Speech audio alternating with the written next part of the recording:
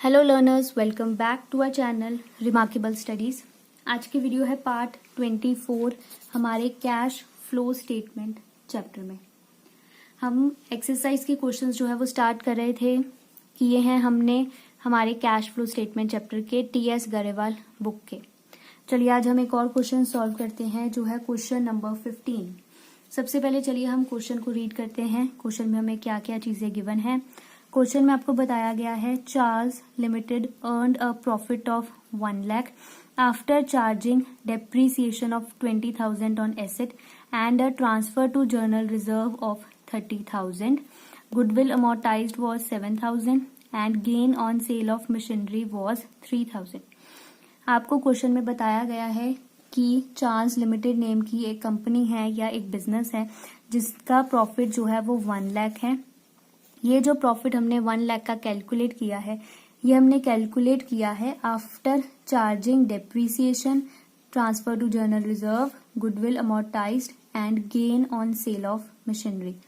ये क्वेश्चन काफी सिमिलर है जैसा हमने लास्ट 14 क्वेश्चन जो है वो सॉल्व किया है। आफ्टर चार्जिंग का यहाँ पर जो है वो मतलब है कि हम इन सभी आइटम्स को, जो आपको ये सारी आइटम्स आपके क्वेश्चन में गिवन है, हम इन आइटम्स को जो है वो एडजस्ट कर चुके हैं। एडजस्ट करने का मतलब है कि हमने अपना प्रॉफिट एंड लॉस अकाउंट भी प्रिपेयर कर लिया है, हमने profit and loss appropriation account भी प्रिपेयर कर लिया है और फिर उसके बाद जो है वो हमने हमारा नेट प्रॉफिट जो है वो कैलकुलेट कर लिया है। और ये जो आपको 1 लाख दिया गया है, आपको ये नेट प्रॉफिट जो है वो दिया गया है। हमें पता है जब भी हम अपना फर्स्ट पॉइंट सॉल्व करते हैं, that is net profit before tax and extra ordinary items का, तो हम इस प्रॉफिट से जो है वो वापस जाते हैं पीछे की तरफ। अब आपको क्वेश्चन में बताया गया है, स्पेसिफाई कर दिया गया है कि कौन कौन सी आइटम्स हैं जिन्हें हमने इस प्रॉफिट में इंक्लूड किया हुआ है। इस प्रॉफिट में हमने उन्हें प्लस माइनस किया हुआ है और हमें फॉर्मेट भी अब अच्छे से क्लियर है। हम जानते हैं कि कौन सी आइटम जो है वो कहाँ पर आती है। तो जैसे जैसे हम क्वेश्चन स्टार्ट करेंगे तो जो आइटम जहाँ पर आती है हम उसे जो है वो वहाँ पर फिल जो है वो करते जाएंगे और आपका जो क्वेश्चन है वो इजीली जो है वो सॉल्व हो जाएगा। चलिए हम स्टार्ट करते हैं क्वेश्चन और मैं साथ साथ जो है वो आपको सभी पॉइंट्स दोबारा से एक बार जो है वो क्लियर कर देती हूँ।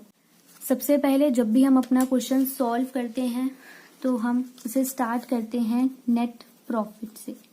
हम लिखते हैं net profit before tax and extra ordinary items. और मैंने आपको समझाया है कि जो ये फर्स्ट पॉइंट होता है आपका, आपको हमेशा इसे अपने वर्किंग नोट में ही सॉल्व करना है। चलिए अब हम इसका वर्किंग नोट जो है वो प्रिपेयर करते हैं। सबसे पहले आप देखिए, आपको क्वेश्चन में गिवन है प्रॉफिट। प्रॉफिट आपको दिया गया है 1 लाख का। अब देखिए यहाँ पर आपको क्वेश्चन में डेप्रीसिएशन दी गई है 20,000 की। हमने ट्रांसफर किया है जर्नल रिजर्व में 30,000 रुपीज। जर्नल रिजर्व जो होता है हम उसे अपने हमेशा, जो हम ये वर्किंग नोट प्रिपेयर करते हैं net profit before tax and extra ordinary items के लिए, इसे हम हमेशा जो है वो यहाँ पर ऐड करते हैं। तो मैं यहाँ पर लिख दूंगी ट्रांसफर टू रिजर्व। अमाउंट आपको आपके क्वेश्चन में गिवन है 30,000। हमें और कोई भी अमाउंट जो है वो आपको आपके क्वेश्चन में नहीं बताई गई है जिसे हम इस वर्किंग नोट में जो है वो यूज कर सकते हैं। तो इट मीन्स यही एक आइटम हो गई हमारे पास। तो हम 130 जो है ये हमारा आंसर आ जाएगा हमारे फर्स्ट पॉइंट का। तो अब यहाँ पर लिख लीजिए चाहे net profit before tax and extra ordinary item जो है वो हमने कैलकुलेट कर लिया है। और ये 1,30,000 जो है वो आपको लिखना है यहाँ पर 1,30,000 और यहाँ पर आप लिख दीजिए वर्किंग नोट नंबर 1। ये हमारा फर्स्ट पॉइंट सॉल्व हो गया है। बस आप हमेशा ध्यान रखें, जब भी आपको क्लियर कट मेंशन ना हो क्वेश्चन में कि आपको net profit before tax and extra ordinary items calculate करने के लिए कौन सा पॉइंट यूज करना है। मैंने आपको टोटल 3 पॉइंट्स बताए थे पार्ट 5 में। तो आपको जो अमाउंट्स दी गई हों आपको सिर्फ उन्हें ही जो है वो एडजस्ट करना है, बाकी और किसी आइटम को आपको कहीं और एडजस्ट करने की ज़रूरत नहीं है। जो आइटम जहां पर आती है आपको उसे वहां डालकर जो है वो अपना क्वेश्चन सॉल्व करना जो है वो स्टार्ट करना है। उसके बाद हम यहाँ पर जो है वो एडजस्ट करते हैं हम प्लस करते हैं non cash and non operating expenses को।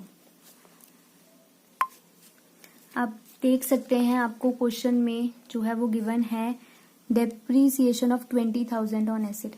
डेप्रीसिएशन जो होती है वो हमारा एक तरह का नॉन कैश एक्सपेंस होता है। तो हम यहाँ पर नोट डाउन कर लेंगे डेप्रीसिएशन ऑन एसेट 20,000। उसके बाद आपको क्वेश्चन में गिवन है ट्रांसफर टू जनरल रिजर्व, वो हमने ऑलरेडी एडजस्ट कर लिया है।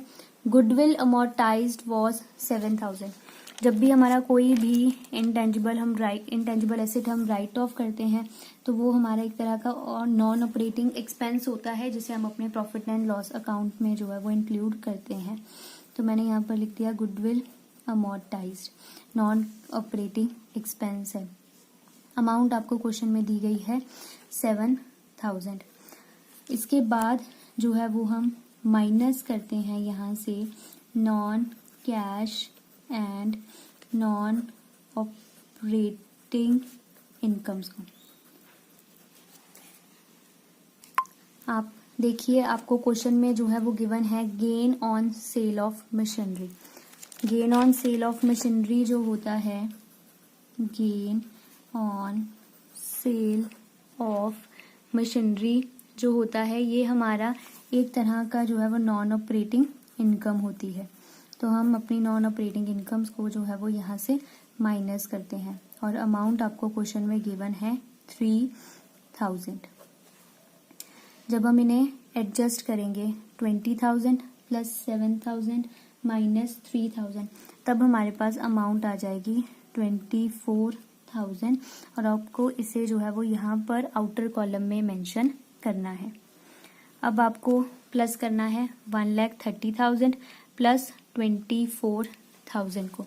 जब आप इन दोनों आइटम्स को प्लस कर देंगे तो आपके पास अमाउंट आएगी cash operating profit before working capital changes. अब देखिए आपको क्या क्या प्लस करना है 1,30,000 प्लस 24,000। 1,30,000 प्लस 24,000 ये अमाउंट जो है वो आपके पास आ जाएगी 1,54,000। उसके बाद हम करते हैं एडजस्टमेंट फॉर वर्किंग कैपिटल। जब भी हम वर्किंग कैपिटल को एडजस्ट करते हैं तो हम प्लस करते हैं डिक्रीज इन करंट एसेट और इंक्रीज इन करंट लायबिलिटीज, और हम माइनस करते हैं इंक्रीज इन करंट एसेट और डिक्रीज इन करंट लायबिलिटीज को। अब आप देखिए आपको क्वेश्चन में क्या क्या दिया गया है। आपको इन्फॉर्मेशन गिवन है करंट एसेट और करंट लायबिलिटी से रिलेटेड। आपको लिखा गया है trade receivable showed an increase of 3,000। अब यहाँ पर आपको कोई भी ओपनिंग और क्लोजिंग बैलेंसेस गिवन नहीं है, आपको सीधा ही इंक्रीज और डिक्रीज बताया है कि कौन सा हमारा करंट एसेट इंक्रीज हो रहा है और कौन सा करंट एसेट हमारा डिक्रीज हो गया है। और हमें यहाँ पर कोई भी खुद से कैलकुलेशन करने की जरूरत नहीं है क्योंकि हमें ऑलरेडी जो है वो सारी अमाउंट्स कैलकुलेट करके दी गई हैं। तो आपको बस यहाँ पर लिख लेना है trade receivables showed an increase of 3000। Trade receivables जो है वो हमारा एक तरह का एसेट है, करंट एसेट, और जब भी हमारा करंट एसेट इंक्रीज होता है तो हम उसे जो है वो माइनस करते हैं। तो हम यहाँ पर लिख लेंगे ट्रेड रिसीवेबल्स। आप यहाँ पर पूरा भी लिख सकते हैं इंक्रीज इन ट्रेड रिसीवेबल्स, या आप इस तरह से भी लिख सकते हैं ट्रेड रिसीवेबल्स। अमाउंट आपको यहाँ लिखनी है 3000 की नेगेटिव में। उसके बाद आपको क्वेश्चन में जो है वो दिया गया है trade payables and increase of 6000। Trade payables जो है वो इंक्रीज हो रहे हैं। जब भी हमारी करंट लायबिलिटी इंक्रीज होती है तो हम यहाँ पर लिख देते हैं, तब हम हमारी करंट लायबिलिटीज को प्लस करते हैं। तो हम यहाँ पर लिख देंगे ट्रेड पेबल्स और अमाउंट लिख देंगे यहाँ पर 6000। उसके बाद आपको दिया गया है prepaid expenses and increase of 200। Prepaid expense जो है वो हमारा एक तरह का करंट एसेट है, और करंट एसेट जो है वो हमारा इंक्रीज हो रहा है। जब भी हमारा करंट एसेट इंक्रीज होता है तो हम उसे माइनस करते हैं। तो हम इसे यहाँ लिख देंगे प्रीपेड एक्सपेंसेस। अमाउंट आपको गिवन है क्वेश्चन में 200। उसके बाद आपको क्वेश्चन में बताया गया है outstanding expenses and decrease of 2000। आपके आउटस्टैंडिंग एक्सपेंस जो है वो डिक्रीज हो रहे हैं। जब भी आउटस्टैंडिंग एक्सपेंस जो है वो हमारी एक तरह की करंट लायबिलिटी है, और जब भी हमारी करंट लायबिलिटी डिक्रीज होती है तो हम उसे जो है वो माइनस करते हैं। तो हम यहाँ पर लिख देंगे आउटस्टैंडिंग एक्सपेंसेस। अमाउंट आपको क्वेश्चन में गिवन है 2000, और हमने अब जो है वो अपनी ये सारी अमाउंट्स लिख ली हैं। अब आपको क्या करना है, इन सबको प्लस माइनस करके जो है वो एक अमाउंट बाहर लिखनी है। 6000 माइनस 3000 माइनस 200 माइनस 2000, इन सबको प्लस माइनस करने के बाद आपके पास अमाउंट आएगी यहाँ पर 800। अब आपको इस 800 को प्लस करना है इस 1,54,000 में। जब आप प्लस करेंगे 1,54,000 प्लस 800, तब आपके पास अमाउंट आएगी 154800। ये जो है वो अमाउंट आपके पास आई है कैश जनरेटेड फ्रॉम ऑपरेशंस। हम यहाँ से माइनस करते हैं माइनस टैक्स पेड। यहाँ टैक्स पेड जो है वो आपको क्वेश्चन में दिया नहीं गया है, तो हम यहाँ पर लिख देंगे इसे नील। अब हमारे पास जो अमाउंट आती है हम उसे लिखते हैं cash flow before extra ordinary items, और ये हमारे पास आया है 154800। फिर हम यहाँ से जो है वो प्लस या माइनस करते हैं हमारी एक्स्ट्रा ऑर्डिनरी आइटम्स को। आप यहाँ पर अलग भी लिख सकते हैं प्लस एक्स्ट्रा ऑर्डिनरी एक्सपेंसेस और प्लस एक्स्ट्रा ऑर्डिनरी इनकम्स और माइनस एक्स्ट्रा ऑर्डिनरी एक्सपेंसेस। मेरे पास जगह नहीं है इसलिए मैंने इस तरह से लिख दिया है। हमें क्वेश्चन में कोई भी एक्स्ट्रा ऑर्डिनरी इनकम जो है वो गिवन नहीं है, तो इट मीन्स यही हमारा होगा फाइनल आंसर 154800, जो है cash flow from operating activity. और ये जो है हमारा क्वेश्चन सॉल्व हो गया है। आई होप लर्नर्स आपको अब ये क्वेश्चन जो है वो